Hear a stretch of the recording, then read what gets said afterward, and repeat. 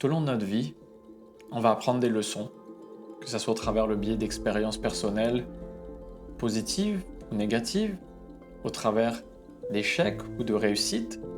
On les apprend souvent à la dure, souvent seul. Puis personnellement, comme tout le monde, j'ai vécu beaucoup d'expériences qui m'ont forgé, qui ont fait la personne que je suis aujourd'hui.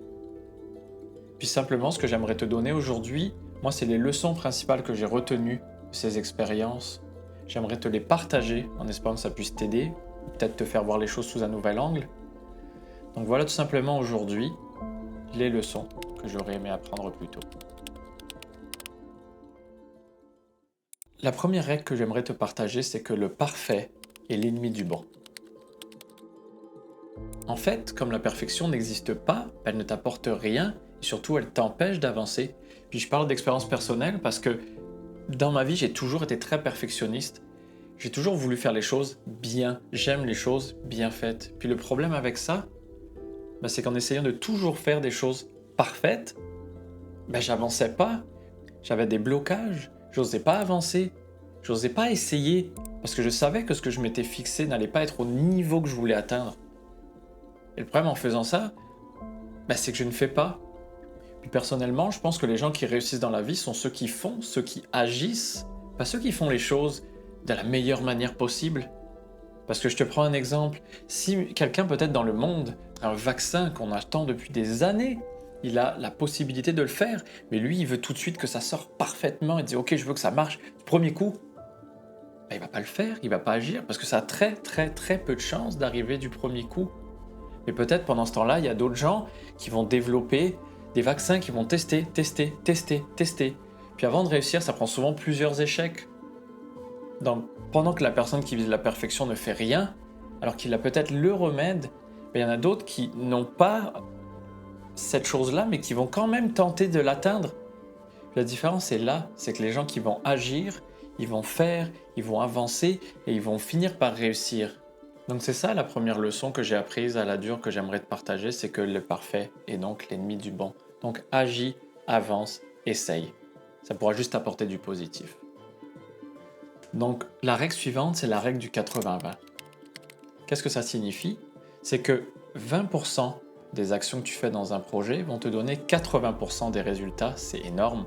Donc quand tu fais quelque chose, la question à se poser, c'est quel est ce 20% d'action que je devrais entreprendre qui va me donner 80% de résultats? Je vais te prendre l'exemple de la vidéo YouTube qu'on fait en ce moment. Comment je pourrais donner mon 80% de résultats? C'est en trouvant mon idée, en faisant mon script, en filmant ma vidéo, en faisant le montage de la vidéo, puis ensuite en la publiant sur YouTube, tout simplement. Puis dans notre cas, c'est quoi le 80% de travail qui va nous donner seulement un 20% de résultats? Ça serait tous les effets que je pourrais rajouter au montage. Parce qu'il y a plein d'effets que j'aimerais faire, que j'ai dans ma tête, mais je ne sais pas faire.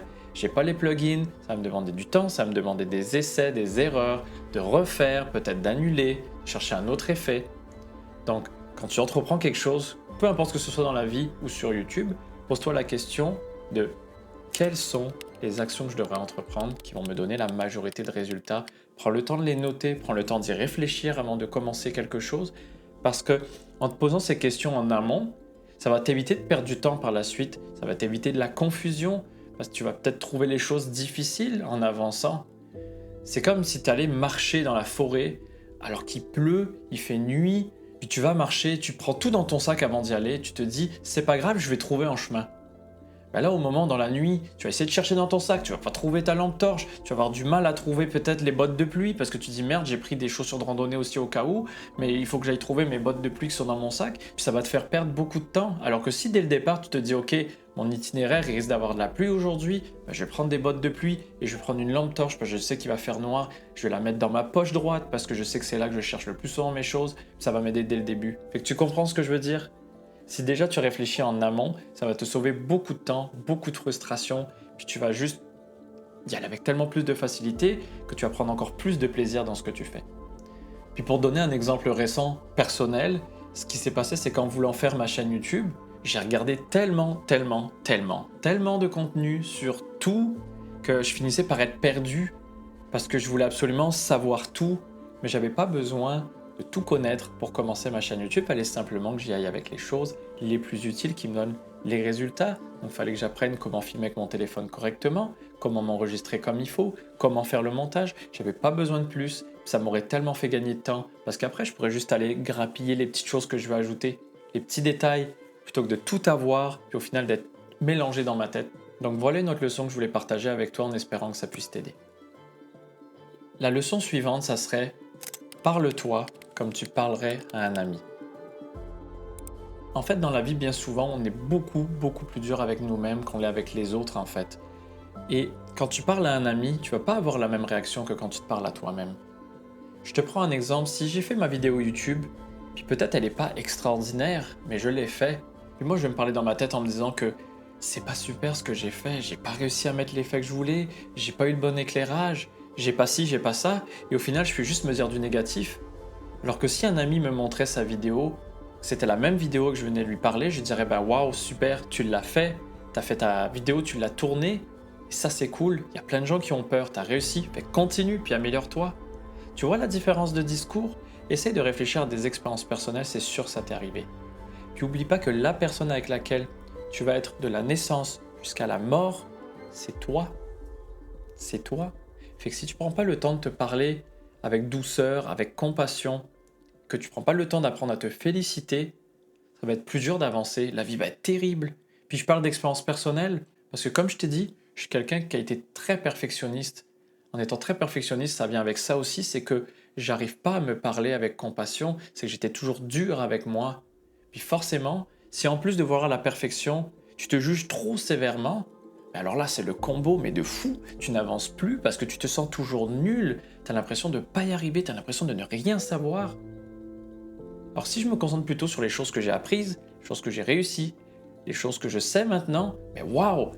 Entre le mois d'il y a quelques semaines, quand j'ai commencé ma chaîne YouTube, et le mois de maintenant, mais il y a une différence incroyable. Je suis pas encore un professionnel, loin de là, mais j'ai déjà appris tellement de choses. Puis ça, tu vois, je peux en être fier. Je me dis, waouh, j'ai réussi, j'ai osé. Donc ça, c'est un des conseils, je pense, principaux que j'aimerais te donner.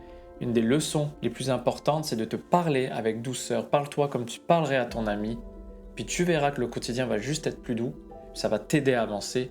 Chaque chose va sembler plus facile. Mais ça, par contre, je ne dis pas que c'est facile. C'est un travail qui est difficile. C'est un travail qui demande du temps. Un travail qui demande une attention constante. Parce que c'est facile de revenir aux vieux réflexes. Ça va te demander de te remettre en question et de faire attention à quand tu te parles, de tout de suite faire hop hop hop. Hey, qu'est-ce que je suis en train de me dire?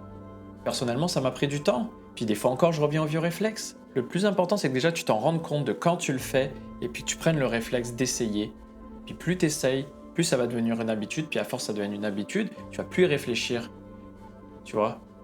Donc voilà une leçon que j'aimerais te partager, qui me tient beaucoup à cœur parce que ça fait à peu près depuis seulement 1 an, 2 ans que j'arrive à faire ce travail-là. Je m'en suis rendu compte, puis que j'ai appris à me parler avec plus de douceur, puis à me traiter comme je traiterais un ami. Et ça, vraiment, ça m'a changé le quotidien, mais ça m'a demandé beaucoup de travail. Donc, en espérant que ça puisse t'aider, voilà une des autres leçons que je voulais te partager. Une autre que je trouve super aussi, qui rejoint un peu le lot des autres leçons, c'est qu'il faut sortir de sa zone de confort. Je sais que c'est une leçon bateau qu'on entend partout, puis que tout le monde connaît, que ça paraît classique, c'est du vu et revu. Mais si je le répète, c'est parce qu'elle est vraie, c'est parce que c'est quelque chose que beaucoup de gens n'essayent pas, n'osent pas, puis ça te change tellement le quotidien aussi. Qu'est-ce qu'on veut dire par sortir de sa zone de confort? C'est que si tu fais toujours les mêmes actions, les mêmes choses, les mêmes habitudes, c'est confortable, oui, mais c'est pas ça qui te permet d'avancer. Quand tu étais petit, que tu marchais à 4 pattes, comment t'as appris à te tenir debout? C'est en essayant. T'as dit ok, t'es passé debout, t'es tombé, t'as essayé, t'es tombé, mais t'as continué jusqu'à que tu finisses par tenir sur tes 2 pieds, puis que ça devienne tellement un réflexe qu'on n'y réfléchit plus pour marcher. Mais c'est en essayant, en sortant de cette petite zone de confort. C'est pareil, j'avais peur de mettre ma tête sur YouTube, c'est pas évident.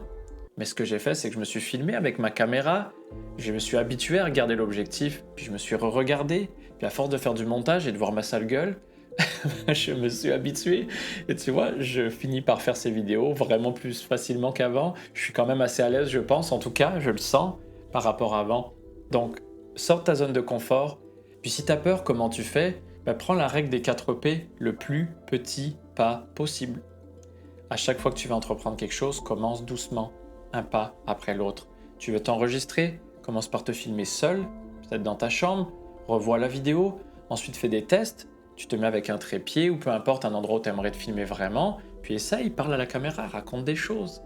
Puis la fois suivante, tu vas pouvoir t'enregistrer vraiment. Et c'est parti. Donc tu fais des petits pas à chaque fois. Tu peux pas y aller d'un coup. Si tu passes soudainement, je prends l'exemple, que tu veux faire du vélo, tu sais pas tenir sur ton vélo, tu commences pas par pédaler, que tu vas directement à la compétition mondiale de BMX, bah forcément tu vas échouer, tu vas avoir peur, puis tu vas plus le réessayer, donc ne passe pas par là. Il faut pas que tu passes d'un extrême à l'autre. Commence tout doucement. Voilà. Puis plus ça va passer, plus ça va devenir facile. Fixe-toi des défis personnels. Tu vois, pour moi, de parler devant une caméra comme ça, au début, c'était pas facile, mais maintenant, c'est devenu assez facile. Je suis pas un professionnel, mais c'est devenu vraiment plus facile. Donc voilà, fais les choses petit à petit, je te fais confiance, puis je sais que ça va marcher. Donc lâche pas, continue. Puis la dernière chose que j'aimerais te partager, que j'ai retenue avec mes expériences personnelles, c'est ne te compare pas aux autres. Compare-toi à l'ancienne version de toi-même. Compare-toi au toi d'hier. Qu'est-ce que ça veut dire? C'est que si tu commences à te comparer aux autres personnes que tu vois, surtout avec l'ère d'Internet, où tu vois des influenceurs de n'importe où dans le monde, tu vois des gens sur YouTube, tu vois des gens sur Twitch, tu vois des gens qui sont riches, tu vois des gens qui sont pauvres, tu commences à te comparer à tout le monde, mais tu vas devenir fou parce que tu sais plus où donner de la tête. Donc compare-toi simplement à toi-même. Regarde ce que le toi d'hier faisait, regarde ce que le toi d'aujourd'hui a appris. Puis si tu fais ça, mais tu vas trouver tellement de bonheur, tu vas tellement avancer. On en revient à notre autre point, on disait qu'il faut que tu apprennes à te parler avec douceur, comme tu parlerais à un ami.